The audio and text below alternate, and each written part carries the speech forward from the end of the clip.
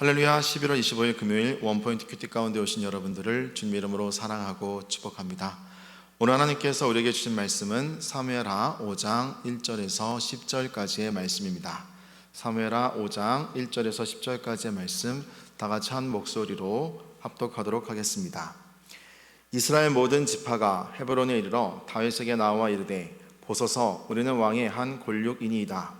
전에 곧 사울이 우리의 왕이 되었을 때에도 이스라엘을 거느려 출입하게 하신 분은 왕이시었고, 여호와께서도 왕에게 말씀하시기를 내가 내 백성 이스라엘의 목자가 되며 내가 이스라엘의 주권자가 되리라 하셨나이다 하니라.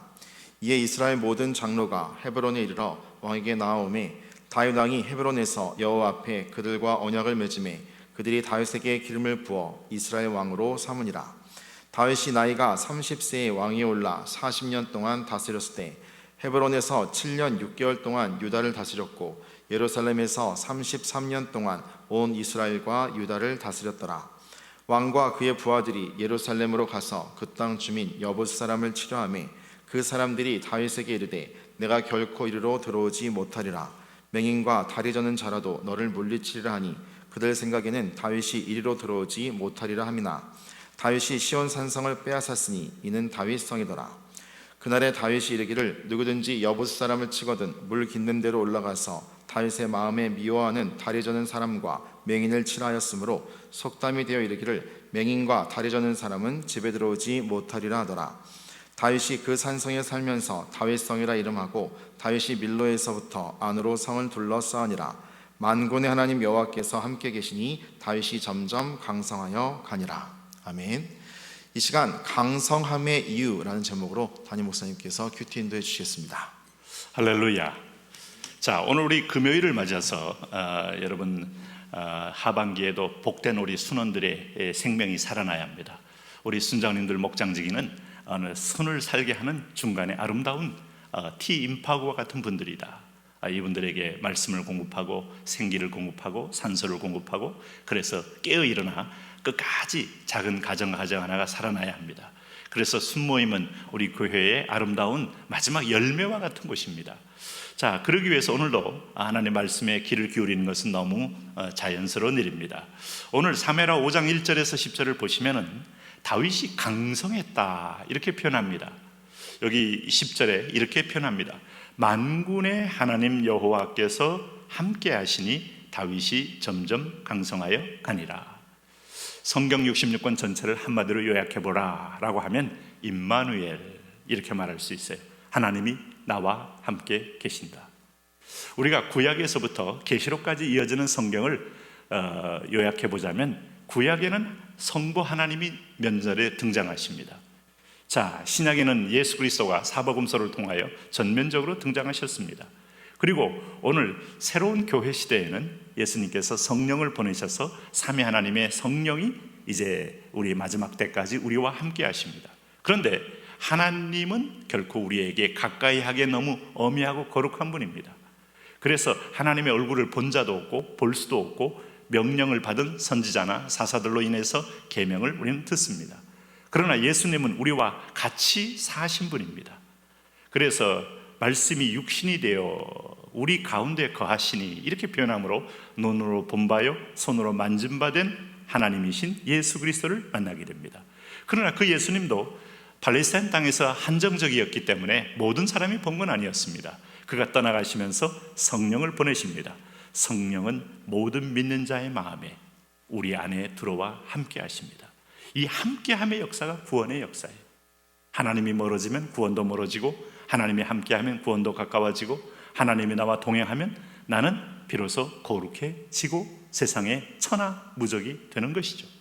오늘 그 고대에 가나안 땅을 정복하기 위한 치열한 전쟁, 이 땅에 하나님 나라를 확장하기 위한 치열한 전쟁, 여기서 승리의 가장 중요한 포인트는 전술, 전략, 군대의 무장 상태, 정신력, 수많은 많은 힘의 요인을 우리가 들 수 있지만은 본질적으로 모든 싸움의 근간은 만군의 하나님 여호와께서, 만군의 하나님 여호와 체바오트, 만군의 하나님이라는 것은 전쟁하시는 하나님이라는 거예요.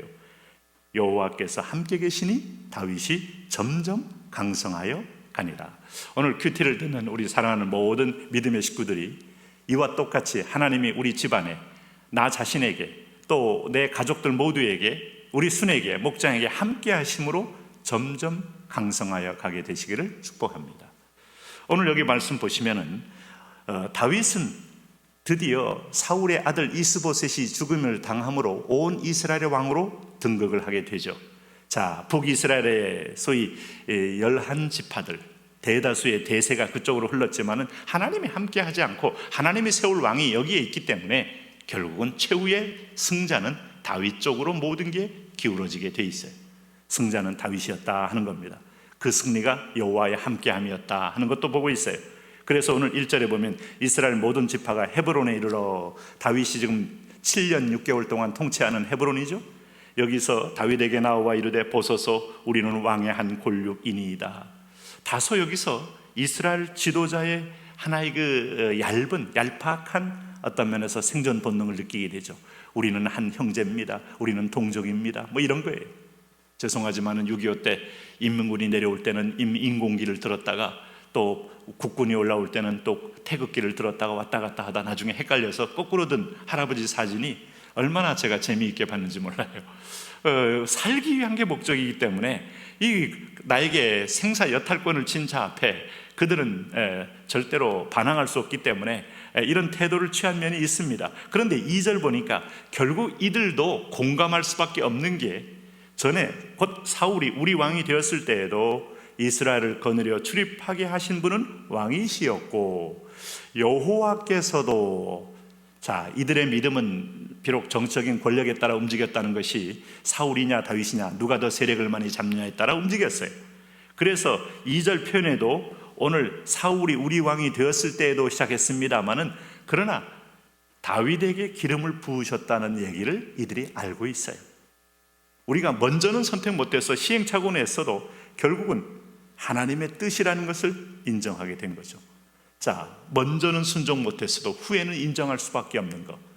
그래서 비로소 마음의 불편함이 사라지고 비로소 진정한 복종을 할 수 있게 되는 건데, 하나님의 뜻이 이루어지는 겁니다. 우리가 주기도문을 외우면서 하늘에서 뜻이 이루어진 것처럼 땅에서도 이루어지이다 하는 게 완만하지만, 굴곡이 있어 보이지만, 왜곡이 있어 보이지만 이루어지고 있는 것이죠.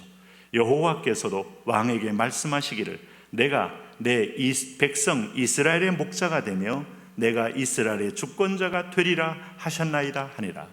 그러면 처음부터 이것을 알았다면, 처음부터 다윗 편에 섰으면 이런 피 흘리는 전쟁이 없었죠. 그런데 이 사람들은 그걸 믿지 않았어요. 현실적인 힘의 균형이 사울 쪽에 더 치우친 걸 알고 사울에 붙었던 겁니다. 그러면서 민족 상잔이 일어났고 고통이 일어났고, 그리고 오늘까지 비극이 일어난 거예요. 결국은 뭐 우리가 사필귀정 이런 말을 씁니다마는 사필귀 하나님의 뜻, 이렇게 되는 겁니다. 그래서 우리나라도 수많은 내전과 6.25를 통해서 북쪽의 남침 때문에 일어난 거죠. 300만 이상의 사상자를 낸 아주 20세기의 큰 고통의 민족이었습니다마는 하나님이 이 자유 대한민국, 복음의 전진기지, 여기에 하나님의 뜻이 있다는 게 선명히 드러나지 않습니까? 어떤 한 특정한 개인과 정부가 아닙니다.